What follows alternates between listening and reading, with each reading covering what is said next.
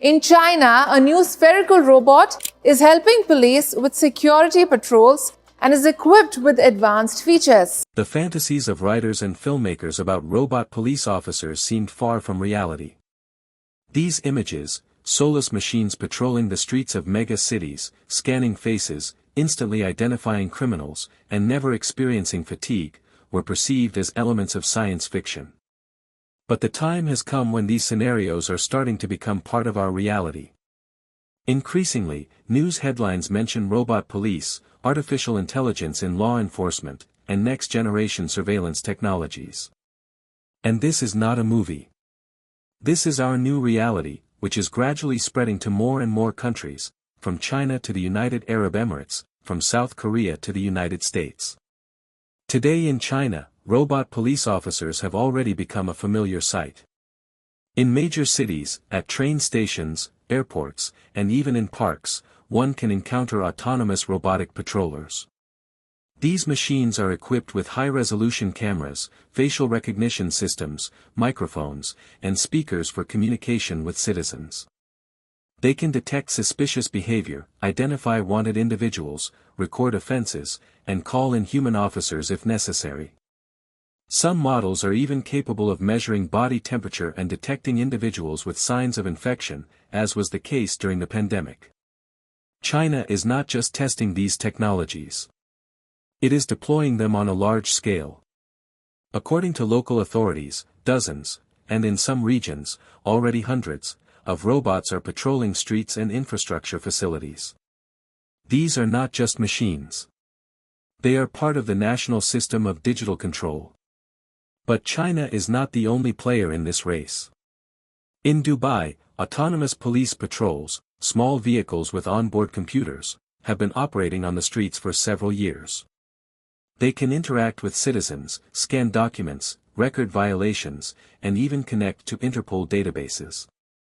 South Korea, Japan, Singapore, all are actively testing technologies for automating public order enforcement.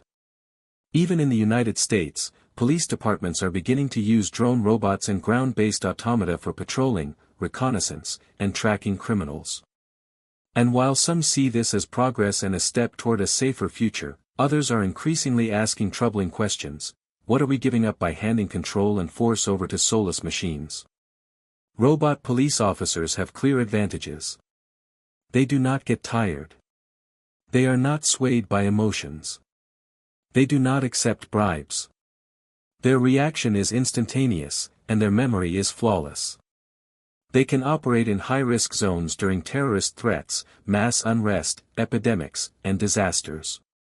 They can be used for surveillance, for locating missing persons, for guarding borders and critical facilities.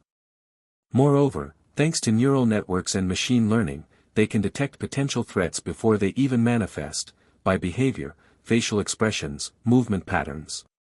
All of this seems incredibly effective. But on the other hand, this is where the greatest threat lies. Because what is perceived as crime prevention can easily turn into dissent suppression.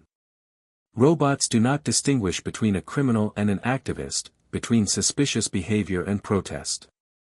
And if the state wishes to use these technologies not only to maintain order but also to suppress freedom, it will have at its disposal the perfect tool: silent, ruthless, and morally indifferent. Already in China, robots record who is where, who meets with whom, who attends a protest. Their cameras are integrated into the social credit system, where every action of a citizen can affect their status. Imagine a world where every movement is tracked. Every word is recorded. Every emotion may be analyzed by an algorithm. And if the machine deems you dangerous, it sends a signal instantly, without trial, without appeal. But even if we set aside the political dimension, there are also purely human risks. Robots make mistakes. Algorithms trained on limited data can malfunction, misidentify faces, or make false decisions. There have already been cases where people were detained by mistake simply because they resembled. Responsibility in such cases: the machine, the developer, the officer who trusted the algorithm. This area of accountability remains a gray zone and is legally unresolved. The psychological impact must also be considered. Even today, in cities with patrol robots, people often feel not so much protected as watched. This creates an atmosphere of anxiety, distrust, and constant pressure. We are losing our privacy, our ability to be ourselves, to relax. Everything is recorded. Everything is analyzed. Algorithms that evaluate our behavior do not take into account context, emotions, or individuality. They simply calculate the probability of deviation from the norm, and you are already under suspicion. And yet this process can no longer be stopped. Police robots are no longer science fiction or an experiment.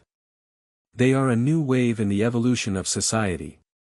Just as surveillance cameras were once introduced, just as drones arrived, now machines are appearing on the streets to replace officers. And over time, there will be more of them. They will be with us in airports, subways, on roads, in schools, at sporting events. They will record, analyze, recommend actions, and later, they will begin making decisions independently. Their intelligence will evolve. Their autonomy will increase. At some point, they will no longer be just tools in the hands of police departments, but an independent force with the right to act. Humanity now faces an important choice: how to implement these technologies in a way that truly serves society, rather than becoming a tool of oppression. A clear legal framework is needed. Oversight of development and usage is essential. Independent monitoring must be ensured. And most importantly, public dialogue is necessary, because robots are not just a replacement for people. They represent a new philosophy of order, a new model of authority, a new ethics. And it is already entering our world.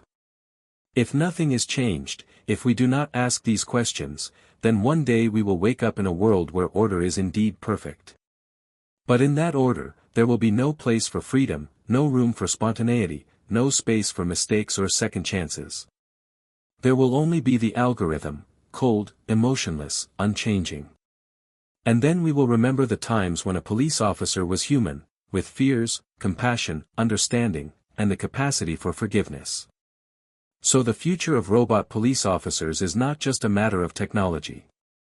It is a matter of what kind of society we want to build, convenient and safe, or free and alive. And that decision must be made now, because the robots are already on the streets, and they are not going away.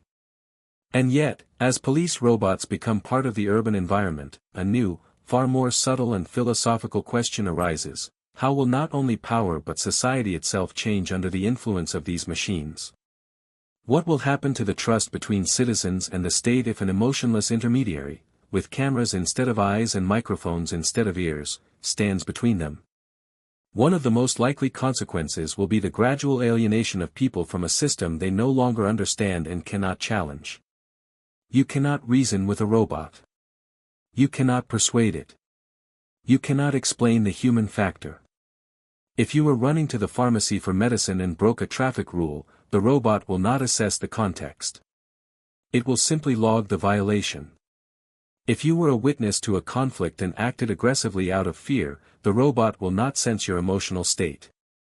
The machine does not decide based on empathy but on code. Another danger is the so-called creeping invasion of boundaries. Today, robots stand on the streets. Tomorrow, they might be at our building entrances. The day after, inside our homes. There are already discussions about robots capable of entering private premises in the event of a terrorist threat or emergency. But who decides where the line lies between the right to security and the right to privacy? What guarantees do we have that a robot will not start observing those who simply do not look like the others? And who will monitor those who control the robots or design their intelligence? From a technological standpoint, progress cannot be stopped. Artificial intelligence is advancing rapidly. Cameras, sensors, lasers, lidars, quantum computing, all of this will only enhance the capabilities of robotic machines. In 5 years, they will not just patrol. They will speak, persuade, issue commands, diagnose, identify people by their gait, voice, or even body temperature. In 10 years, they may model crowd behavior, predict unrest, and preempt actions. In 20 years, they may even decide who is guilty and who is not, based on the analysis of your entire digital history. The future is already arriving. We see it through the eyes of cameras, hear it in the voices of synthesizers, feel it in the rhythm of mechanical footsteps on the pavement. Robots are already among us. They do not require rest, do not ask questions, do not make exceptions. And now the choice is ours: will we remain the masters of this future, or become its subjects?